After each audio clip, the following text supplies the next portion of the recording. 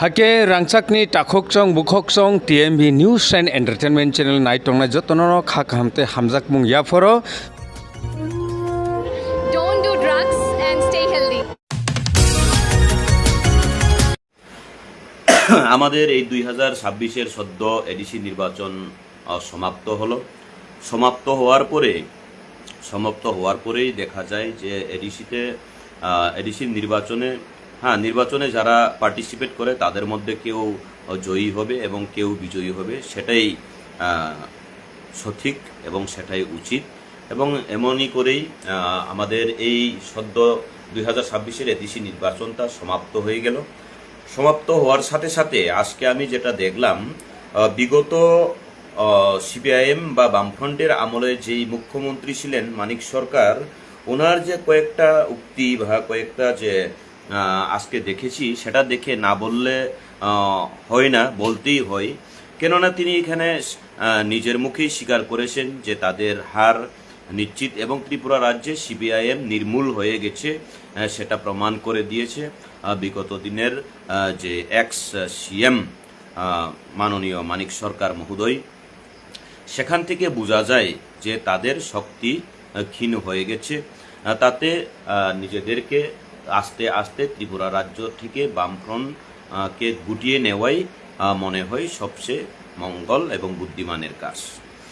এই নির্বাচনে ওনার মুখে আমি শুনেছি আজকের দিনে, এই নির্বাচনে আমরা শূন্য হয়ে গেলাম। তো যদি শূন্যই হয়ে যায় তাহলে সামনের দিনে সিপিআইএম ত্রিপুরা রাজ্যতে চিন্তা না করলেই সবচেয়ে বেটার আমি মনে করি। কেননা ওর নিজের মুখে উনি স্বীকার করেছেন এই নির্বাচনে আমরা শূন্য হয়ে গেলাম। ভোটের পার্সেন্টেজ 15 থেকে 16%, এর আগে 54% ছিল। 54% থেকে ডাইরেক্ট 9.5% এসে দাঁড়ালো। তাহলে সেখান থেকেই প্রমাণ পাওয়া যায় যে উনি বললেন যে এখন সমীক্ষা করতে হবে। হ্যাঁ, সমীক্ষা করুন। সমীক্ষা আর কি করবেন? বিগত দিনে 25 বছর, 30 বছর, 35 বছর আপনারা আমাদের এই ত্রিপুরা রাজ্যের জনগণকে যে ঠকিয়েছেন, জনগণের কে নিপীড়ন করেছিলেন, লাঞ্ছিত বঞ্চিত করেছিলেন, সেখান থেকেই প্রমাণিত হয় যে আমাদের ত্রিপ্রাসাদের বা অনেকেই জনজাতিদের প্রতি, বা আপনারা তো আমাদেরকে জাতি বলে গণ্যই করেননি। বিগত দিনে 25 বছরের সিপিআইএমের আমলে আমাদের ত্রিপ্রা জাতিদেরকে কখনো আপনারা জাতি বলেই গণ্য করেননি। সেখানে আপনার মুখে বারংবার শুনতে পেয়েছি যে উপজাতিরা কেন বিগত দিনে 54% ছিল, এর আগের নির্বাচনে 54% ছিল। 54% থেকে ডাইরেক্ট কি করে 9.5% এসে দাঁড়ালো? সমীক্ষা করতে হবে। সমীক্ষা আর করতে হবে না, সমীক্ষা করার প্রয়োজন নেই। আর আপনাদের একটাই প্রয়োজন এখন, এই ত্রিপুরা রাজ্য থেকে আপনাদের সেই চীন থেকে আনা নীতিগুলা নিয়ে আপনারা বিদায় হয়ে গেলেই সবচেয়ে ভালো মনে হয়। আর এই মুহূর্তে এমতাবস্থায় শোনা যায় যে উপজাতি যুব সমাজকে আপনারা দোষারোপ করেছেন। উপজাতি, আমার মনে হয় উপজাতি না বললেই হয়। আমরা জাতি, অনেক দিন আগে থেকেই জাতি, আমরা কখনো উপজাতি হইনি। এবং উপজাতি বললেই অ্যাকচুয়ালি অনেক সময় আমি যে কোনো রাজনৈতিক দলের বাঙালি সমাজের লোকেদের কাছে, আমাদের মান্যগণ্য সেই বাঙালি সমাজের কাছে আমি অনুরোধ রাখতে চাই, এর মধ্যে সিপিআইএমরা আমাদেরকে উপজাতি আখ্যা দেন।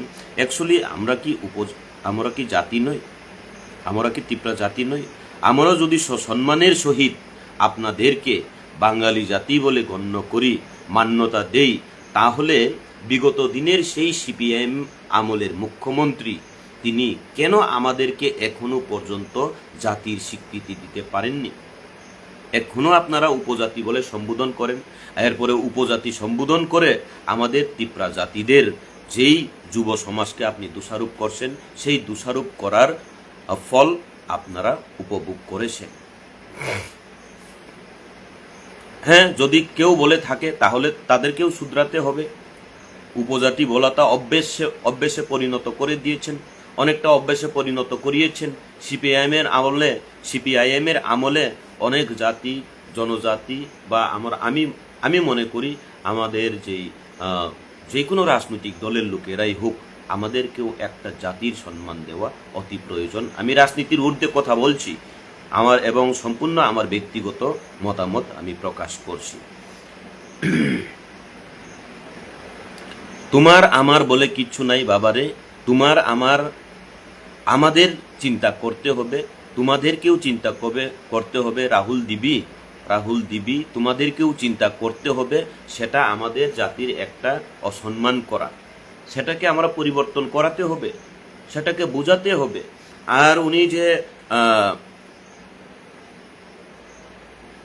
প্রাক্তন মুখ্যমন্ত্রী যে বলেন, উনি এখন রাজন্য শাসনের আমলও উনি বলতে চেষ্টা করেন যে 184 জন রাজা কি করে গেছেন। দেখুন, 184 জন রাজার কথা তো আপনারা কখনো মনে করেননি। যা করেছে বিজেপি সরকার আসার পরেই রাজন্য শাসনকে বা রাজন্য আমলকে বা রাজ পরিবারের সেই রাজন্য আমলকে স্বীকৃতি দিয়েছেন, সম্মান দিয়েছেন। সেটা থেকে বোঝা যায় যে এই সিপিআইএম আমলে আপনারা রাজন্য আমলকে আপনারা ধ্বংস করেছেন। তাই রাজন্য আমলের কথা বলে 184 জন রাজার কথা বলে এখন প্রাক্তন মুখ্যমন্ত্রী মানিক সরকারের মুখে সেটা শোভা পায় না।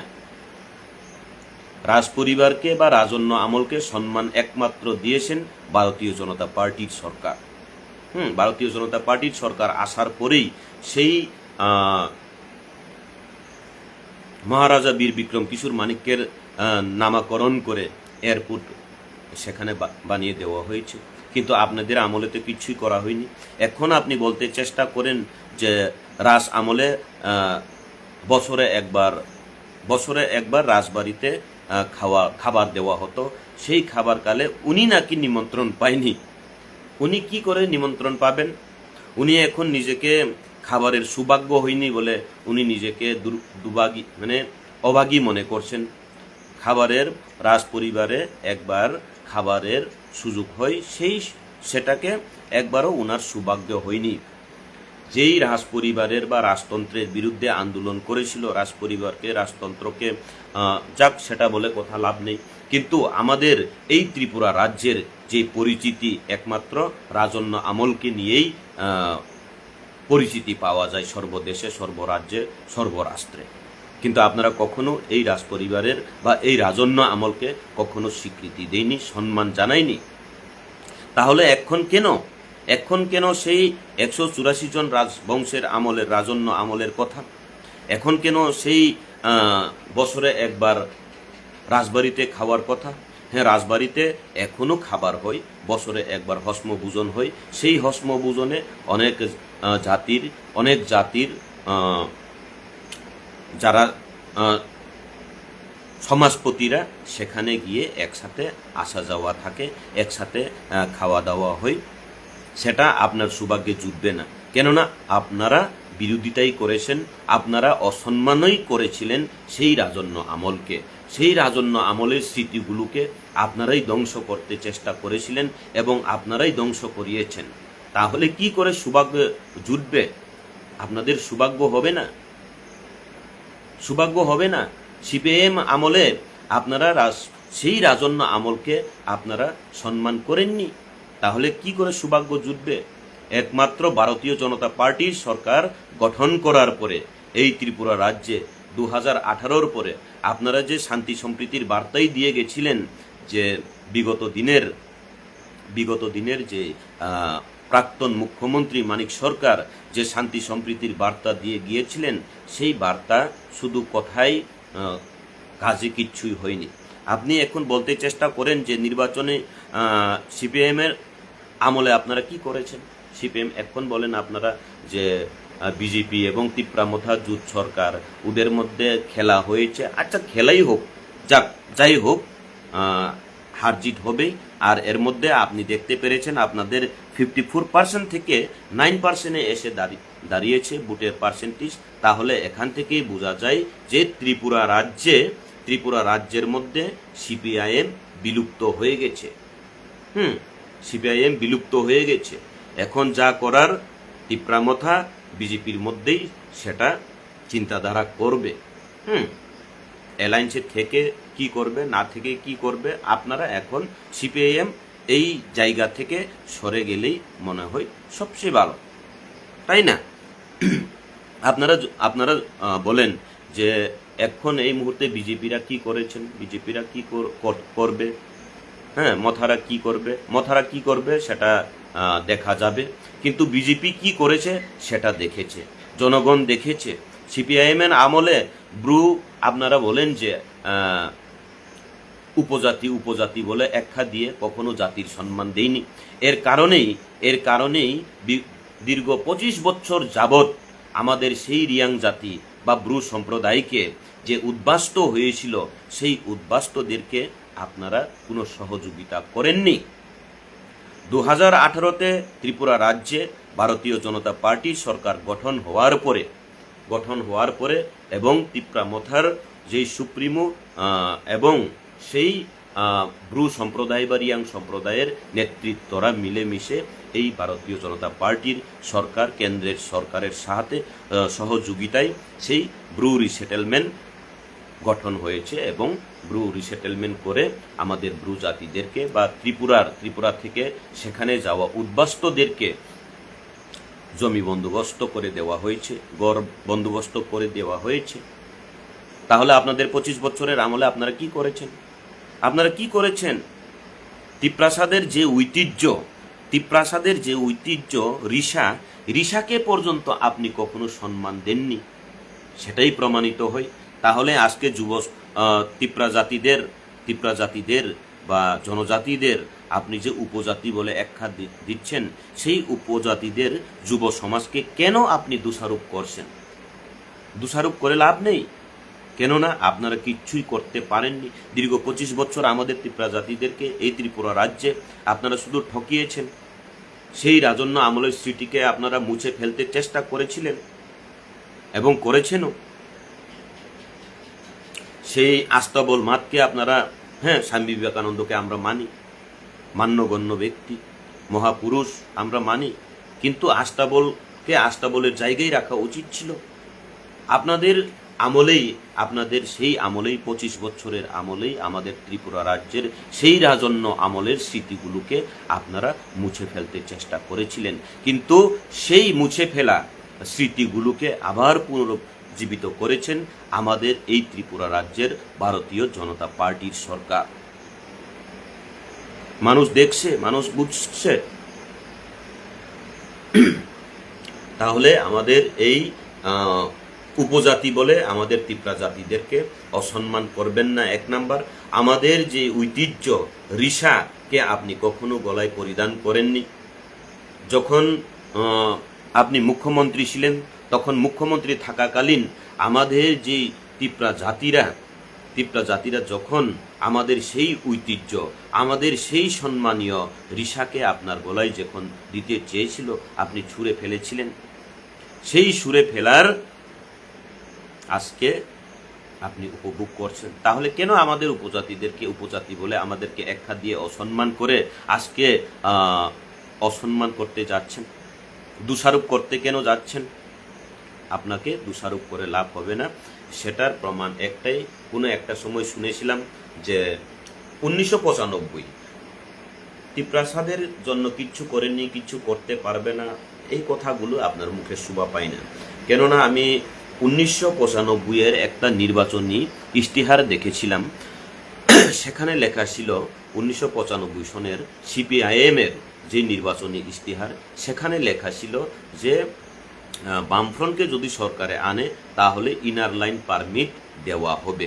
কিন্তু 1995 এর পরে আপনারা 25 বছর রাজত্ব করেছিলেন, তখন কেন সেই ইনার লাইন পারমিট চালু করে দেননি? রাজ্য সরকারে তো আপনারা ছিলেন। এখন যাক, সেই কথা বলে লাভ নেই। এখন এই মুহূর্তে কেন্দ্রতে বিজেপি সরকার, রাজ্যতে বিজেপির সরকার এবং এডিসিতে রাজ্যের অ্যালায়েন্স পার্টনার ত্রিপুরা মথার সরকার চলছে। আপনারা দেখবেন, দূরবীন দিয়ে দেখবেন, নতুবা একটু দামি চশমা নিয়ে আপনারা দেখবেন যে এইবার কেন্দ্রতে বিজেপি সরকার, রাজ্যতে বিজেপি সরকার এবং এডিসিতে ত্রিপুরা মথার সরকার কি করে। আর যদি ভালো হয় ভালো রেজাল্ট আসবে, আর যদি খারাপ হয় খারাপ রেজাল্ট আসবে। কিন্তু আপনারা এই বামফ্রন্ট সিপিআইএম ত্রিপুরা রাজ্য থেকে আপনারা বস্তা বেঁধে এই রাজ্য থেকে বের হয়ে গেলেই মনে হয় সবচেয়ে ভালো, সবচেয়ে মঙ্গল। কেননা আপনাদের সেই বিষাক্ত রাজনীতিগুলো আমাদের ত্রিপুরা রাজ্যতে আর গ্রহণ করতে চাই না। বিশেষ করে জনজাতি বা আমাদের ত্রিপুরা জাতিরা আর গ্রহণ করতে চাই না। সেটার প্রমাণ আপনি নিজের মুখে আপনি বলেছেন যে 54% ছিল বিগত দিনে, এর আগের নির্বাচনে, এখন নেমে এসে 9%, 9.5% এসে দাঁড়িয়েছে। তাহলে এখান থেকেই প্রমাণিত যে সিপিআইএম ত্রিপুরা রাজ্যতে আর কোনো প্রয়োজন নাই বললেই চলে।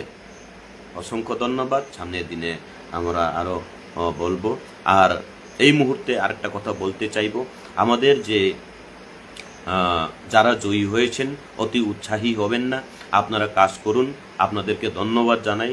যারা এই নির্বাচনে, এডিসি নির্বাচনে যারা এমডিসি হয়েছেন বা এডিসি এলাকার নির্বাচিত সদস্য হয়েছেন, আপনাদেরকে অনুরোধ রাখতে চাই, যার যার এলাকায় যার যার এলাকার উন্নয়নের স্বার্থে কাজ করুন, কাজ করে যাবেন। আমি ধন্যবাদ জানাতে চাই আমাদের মনু শৈলেংটার সেই নবনির্বাচিত হলিউড চাকমা টিপ্রামথার এমডিসি, উনার যে ব্যবহার আমরা দেখতে পেরেছি, আমি আপ্লুত। ব্যক্তিগতভাবে আমাদের ব্যক্তিগত সম্পর্ক এবং উনি যে সামাজিক সম্পর্ক বজায় রেখেছেন সেটাতে আমি ধন্য এবং ধন্যবাদ জানাতে চাই। রাজনীতিগতভাবে রাজনীতির আলাদা সম্পর্ক থাকে এবং ব্যক্তিগত সম্পর্কটাকে উনি যেভাবে বজায় রেখেছেন সেটা থেকে আমি গর্বিত যে আমাদের লং ট্রাইবেলির রাজনীতিতে এমনই হওয়া উচিত। আগে এমনই ছিল, বিগত দিনেও এমনই ছিল, এখনও এমনই আছে এবং সামনের দিনে তেমনই থাকুক, সেটাই আমি ঈশ্বরের কাছে প্রার্থনা রাখব। কেননা ব্যক্তিগত সম্পর্ক আলাদা থাকে, রাজনৈতিক সম্পর্ক একটা থাকে। রাজনৈতিক যখন নির্বাচনের আগে রাজনীতি হয়, নির্বাচনের পরে যে কেউ যদি কোনো এডিসির বা বিধানসভার বা রাজ্যসভার বা লোকসভার নির্বাচিত সদস্য হয়ে যান, তখন থেকে কিন্তু সে আর কোনো একটা রাজনৈতিক দলের হয়ে থাকে না, সে ওই এলাকার একজন নির্বাচিত সদস্য হয়ে যান এবং ওই এলাকার একজন গার্জিয়ান হিসাবে সেখানে পরিচিতি পান এবং এর জন্যই সেই এলাকাকে উন্নয়ন করা ও সেটাই একটা লক্ষ্য থাকা দরকার। আর আমাদের ভারতীয় জনতা পার্টির যারা সদস্যরা যারা সেবকরা, তাদের কাছেও আমি অনুরোধ রাখতে চাই, আমরা হেরে গেছি কিন্তু আমরা ভেঙে যাইনি, আমরা পুনর্বার দাঁড়াবো। আরও যেখানে আমাদের হার কোথায় কি কারণে হয়েছে সেটাকে আমরা অনুশীলন করে সামনের দিনে আমরা আরো এগিয়ে যাব। মন ভেঙ্গো না, কারণ হার জিত সবখানেই থাকে। আমরা হেরে গেছি কিন্তু ভেঙে যায়নি, কেননা কেন্দ্রতে আমাদের ভারতীয় জনতা পার্টির সরকার, রাজ্যতে বিজেপি আইপিএফটি টিপ্রামথার সরকার এখনো চলছে। আপনারা চিন্তা করবেন না, নিজেকে দুর্বল মনে করবেন না। আমরা আবার উঠে দাঁড়াবো, একসাথে এক পায়ে মিলিয়ে একসাথে কাজ করে সামনের দিনে যার সংগঠনের মতো আমাদের সংগঠনকেও আমরা আরো চাঙ্গা করে তুলব। আপনারা দুর্বল হয়ে যাবেন না। সবাইকে অসংখ্য ধন্যবাদ। আমাদের কর্মীদেরকেও আবার বলতে চাই, আপনারা মন ভেঙে যেও না।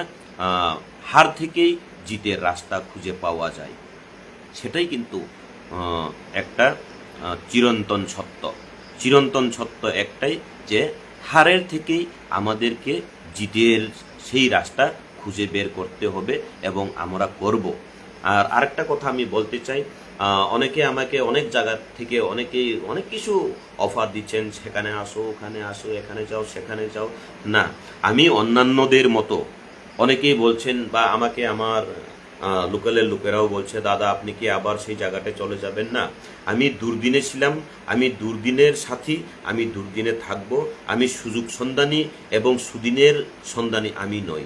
কেননা 2018-র আগে আমি একটা কথা বলতে চাইব, অনেকেই জানেন না, 2018-র আগে চলো পাল্টাইয়ের সুরে আমি নিজেও চলো পাল্টাইয়ের সুরে সুর মিলিয়ে 2018-তে চলো পাল্টাই বলে ভারতীয় জনতা পার্টিকে সরকারে আনার জায়গাতে আমারও একটা ছোট্ট অবদান ছিল। ছোট্ট অবদান ছিল। সরকার গঠন করার পরেই আমি কিন্তু অন্য রাজনীতি দলে চলে গিয়েছিলাম। চলে যাওয়ার একটাই কারণ, আমি যদি লুবি হতাম বা সুযোগ সন্ধানী হতাম তাহলে আমি সেখানেই থেকে যেতাম। যখন 2018-র আগে অনেক কিছু কথা দেওয়ার পর সেই কথাকে রাখতে না পারার কারণেই আমি মাঝখানে অন্য রাজনীতি দলে তিপ্রামথা দলে আমি যোগদান করেছি বলতে তিপ্রামথাকে শূন্য থেকে আমি নিজেও ছিলাম।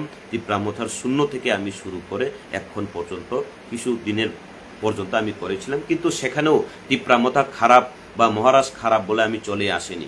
মহারাজকে আগেও আমি শ্রদ্ধা করি, রাজ পরিবারের সদস্য হিসাবে, মহারাজ হিসাবে, বুবাগ্রা হিসাবে এখনও সম্মান করি এবং পরবর্তীতেও সম্মান থাকবে। কিন্তু সেখানে মহারাজের সাথে যারা কাজ করছেন এবং আমাদের এলাকায় যারা কাজ করছেন তাদের সাথে আমার নীতিগত না মিলার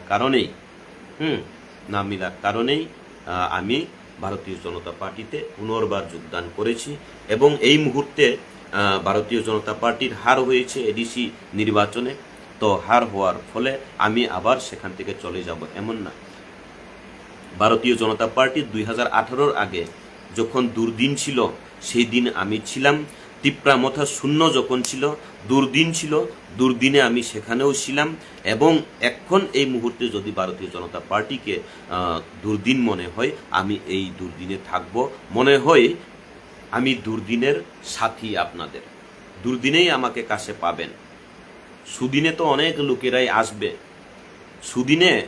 লোকেরাই আসবে, অনেক সমর্থকরাই আসবে, যারা আপনাকে বকাবকি করবে, সে আপনার থেকে আরো বক্ত হয়ে যাবে।